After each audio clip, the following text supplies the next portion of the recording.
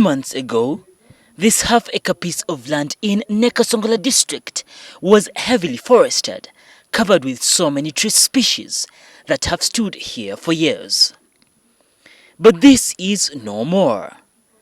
The forest was cleared to create farmland and more space as a grazing area that will soon be extended to this new ranch. All the trees cut from the forest have been piled up systematically in this farm, ready to be turned into charcoal.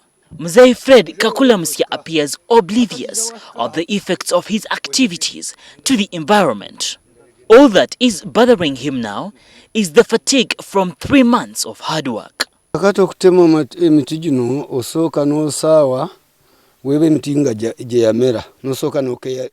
labor intensive. You slash the grass first, then you clear some of the trees.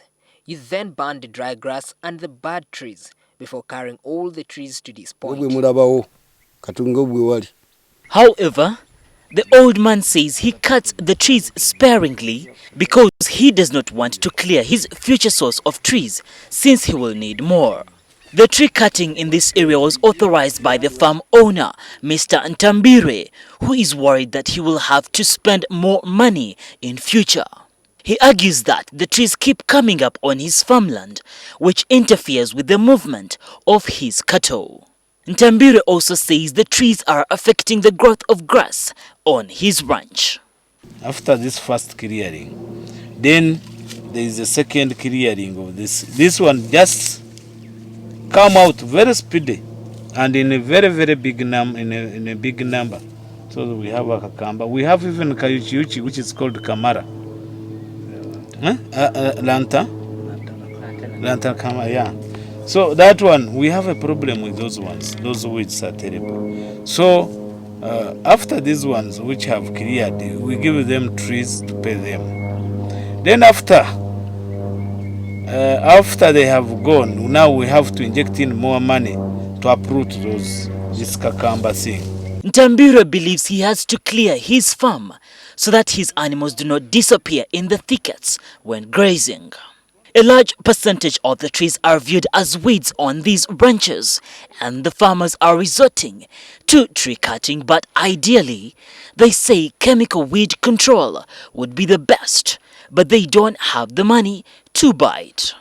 I think those chemicals we need to be sensitized, and they tell us, those chemists who know those drugs, we would welcome that idea, but we don't, because we're in farming now, so almost we are doing on ourselves. We don't have any assistance and what.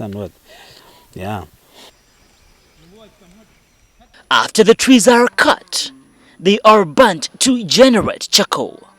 The process takes approximately 2 weeks for the entire pile to burn out.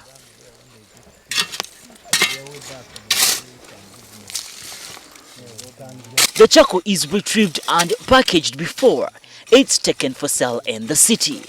Nakasongola is the largest distributor of charcoal in the country, since the prices here are affordable prices. However, district officials are trying to regulate the charcoal business that has left the trees here endangered and the ground almost bare. We have some programs like sustainable charcoal production and marketing system, which emphasizes on selection of trees for converting into charcoal. Like we recommend a tree of a diameter at breast height of not less than 18 centimeters. Not all the trees that are cut in this area are used for charcoal burning, as is preferred in most cases. Now, some of the tree species, especially the Combretum species, is preferred to be used as a wall fence because of its resistance to the termite attack, and if all goes well, it can last up to 5 years. With many people in the district owning large ranches, fencing is a necessary component. But with a large termite infestation, the farmers have had to use more trees for fencing, since the logs cannot stand for many years. Problem it is termites, because it can eat everything.